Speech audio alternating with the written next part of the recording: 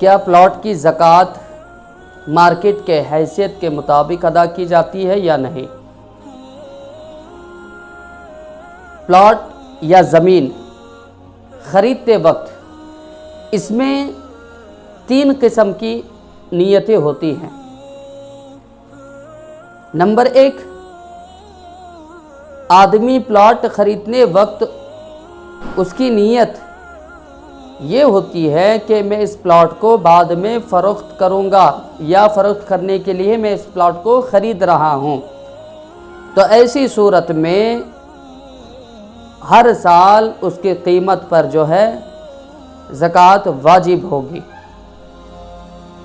हर साल जो मार्केट में जो रेट होगा उस रेट या कीमत पर जो है ज़कात उसी एतबार से अदा करनी पड़ेगी।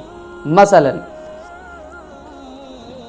एक प्लॉट को आपने 50,000 रुपये में या 50 से ज़ायद रुपये में आपने ख़रीदा और जब 1 साल के बाद या चंद महीने के बाद उसकी कीमत दुगना हो गई, 50,000 के बदले में वो प्लाट अब 1 लाख रुपए में बिक रहा है।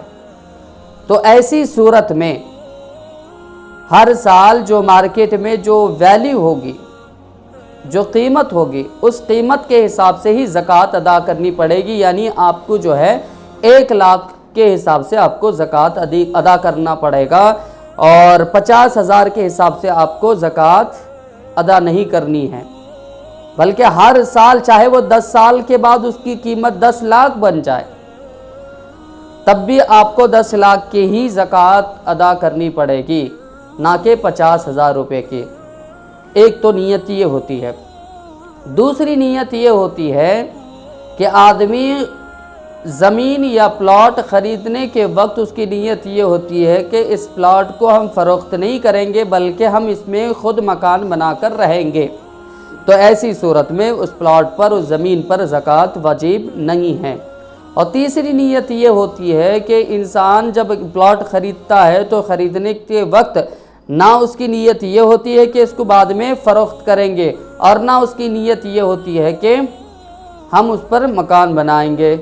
ना फ़रोख्त करने की नीयत है, ना मकान बनाने की नीयत है। तो ऐसी सूरत में भी उस पर ज़कात वाजिब नहीं है। अल्लाह ताला अमल की तौफ़ीक़ अता फ़रमाए।